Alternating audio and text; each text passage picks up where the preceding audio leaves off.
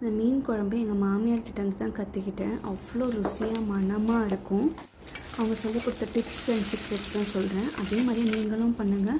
வீடே மணக்கிற அளவுக்கு குழம்பு வைக்கலாம்.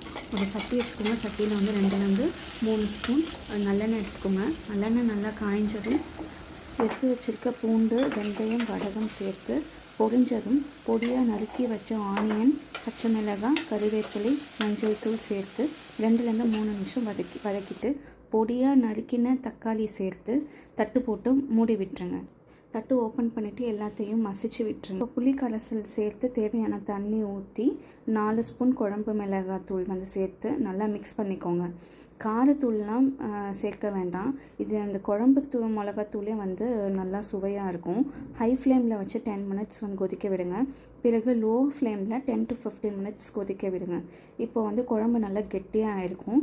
கெட்டியாக ஆனதுக்கப்புறமேட்டா வந்து நம்ம வாங்கி வச்சுருக்க மீனை வந்து ஆட் பண்ணிக்கலாம். மீனை ஆட் பண்ணிவிட்டு தேவையான உப்பு வந்து சேர்த்துக்கோங்க. சேர்த்துட்டு இப்போ தான் மெயின் குழம்புக்கு ருசி கூடணும் அப்படின்னா லாஸ்ட்டாக பூண்டு இடித்து சேர்த்துட்டு ஒரு பச்சை மிளகாவை கீழே போட்டுடுங்க. 5 மினிட்ஸ் கொதிச்சாலும் அடுப்பை ஆஃப் பண்ணிடலாம். எல்லா மீன் குழம்பும் சேம் தான். கார மீனுக்கு மட்டும் கடைசியாக பூண்டு, சீரகம், மிளகு இடித்து சேர்த்திங்கன்னா அவ்வளோ வாசமாக சூப்பராக டேஸ்ட்டாக இருக்குது. ட்ரை பண்ணிவிட்டு எப்படி இருந்துச்சுன்னு எனக்கு கமெண்ட் பண்ணுங்கள்.